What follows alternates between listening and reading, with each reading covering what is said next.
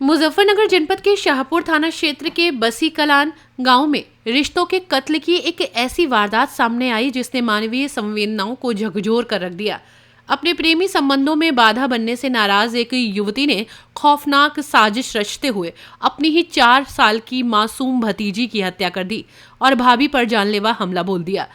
Police ने तत्परता दिखाते हुए महज 3 घंटे के भीतर आरोपी युवती को गिरफ्तार कर मामले का खुलासा कर दिया है। जानकारी के अनुसार 25 वर्षीय आरोपी युवती माना का गांव के आदिल नामक युवक से पिछले 2 वर्षों से प्रेम प्रसंग चल रहा था। परिवार की पाबंदी और भाभी फिरदौस द्वारा बार बार टोका टाकी किए जाने से वो रंजिश रखने लगी थी। सोमवार रात माना ने नशीली गोलियों को चिकन और दूध में मिलाकर पूरे परिवार को खिला दिया। जब सभी सदस्य अचेत हो गए तो उसने रोंगटे खड़े कर देने वाली वारदात को अंजाम दिया। आरोपी युवती ने अपनी सोती हुई 4 वर्षीय भतीजी को उठाया और घर के आंगन में रखी पानी की टंकी में डाल दिया। मासूम की तड़प ना सुनाई दे इसलिए उसने टंकी का ढक्कन मजबूती से बंद कर दिया। इसके बाद उसने अपनी भाभी फिरदौस के पेट पर चाकू से कई बार वार किया। घटना को अंजाम देने के बाद पकड़े जाने के डर से उसने शोर मचाना शुरू कर दिया और पड़ोसियों को बदमाशों द्वारा हमले की झूठी कहानी सुनाई। सूचना मिलते ही एसएसपी संजय कुमार वर्मा भारी पुलिस बल के साथ मौके पर पहुंचे। जब पुलिस ने घर की तलाशी ली तो पानी की टंकी से मासूम का शव बरामद हुआ। पुलिस को युवती के बयानों में विरोधाभास लगा, जिसके बाद उससे सख्ती से पूछताछ की गई। पूछताछ में वो टूट गई और अपना जुर्म कबूल कर लिया। पुलिस ने आरोपी की निशानदेही पर हत्या में प्रयुक्त चाकू और नशीली दवाइयां बरामद कर ली हैं। घायल भाभी को गंभीर हालत में अस्पताल में भर्ती कराया गया है, जहां उसका उपचार जारी है। एसएसपी ने बताया कि आरोपी युवती को गिरफ्तार कर जेल भेजा जा रहा है। महज 3 घंटे में इस विभत्स कांड का खुलासा करने वाली पुलिस टीम की सराहना की जा रही है। देखिए, पिछली रात में देर रात में 2-2:30 बजे के आसपास एक सूचना मिली थी कि एक छोटी बच्ची का अपहरण हो गया है। इस परिदृश्य में जब पुलिस मौके पर शाहपुर पुलिस पहुंचती 112 के माध्यम से सूचना के आधार पर, तो उस सूचना पे जब पुलिस वहां छानबीन करती है, तमाम तथ्यों को देखती है, तो वहां पर एक महिला जो है अपने कक्ष में, जो सास ससुर के कक्ष में वो सोई हुई थी खाट पे अपने बच्चों के साथ। उसे पेट में चोट लगी हुई है चाकू की और वो कराह रही थी। तथा इस आधार पर जब पुलिस ने पूछताछ उससे किया तो वो उसमें बताने की स्थिति में नहीं थी, लेकिन उसका मेडिकल ट्रीटमेंट आवश्यक था, क्योंकि कुछ आंत के पार्ट भी बाहर उसके आ रहे थे। तो उसको इलाज के लिए तत्काल पहले वहाँ के सीएससी भेजा गया, उसके बाद वहाँ से रेफर करके मेरठ इलाज के लिए भेजा गया।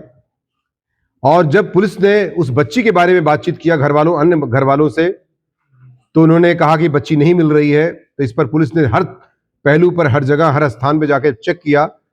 तो अंत में जो है, जहां पर बर्तन धोया जाता है उसके घर के अंदर ही जो पानी की टंकी थी, उस पानी की टंकी में, जो कि ढक्कन से ढका भी हुआ था, उसमें एक डेड बॉडी मिलती है छोटी बच्ची की, जो फ्लोट कर रही थी ऊपर।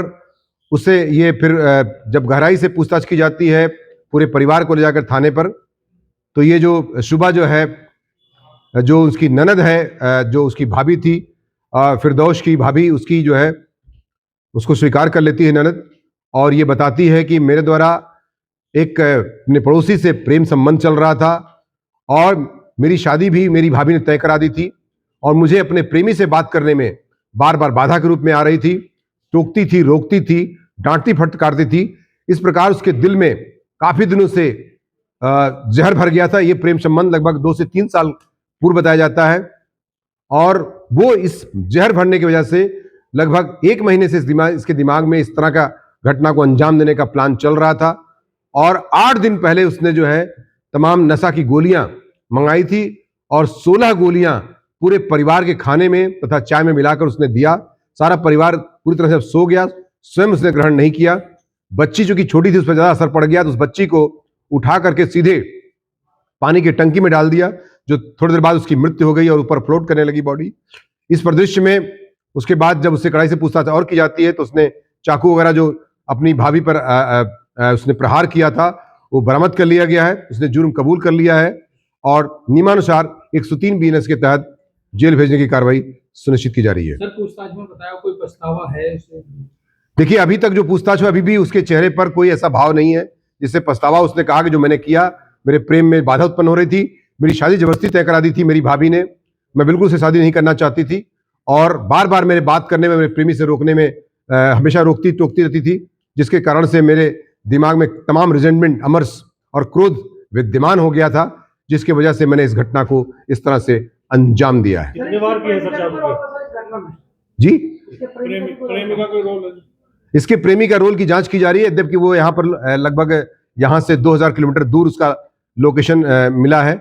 अभी उसकी जांच की जा रही है, लेकिन एक व्यक्ति का जरूर रोल उसमें मिला है, जो उसने किसी खास चीज के बदले में उसको जो है ये सारी गोलियां बाजार से लाकर खरीद कर दिया था। कितने बार किए सर चाकू के उसने?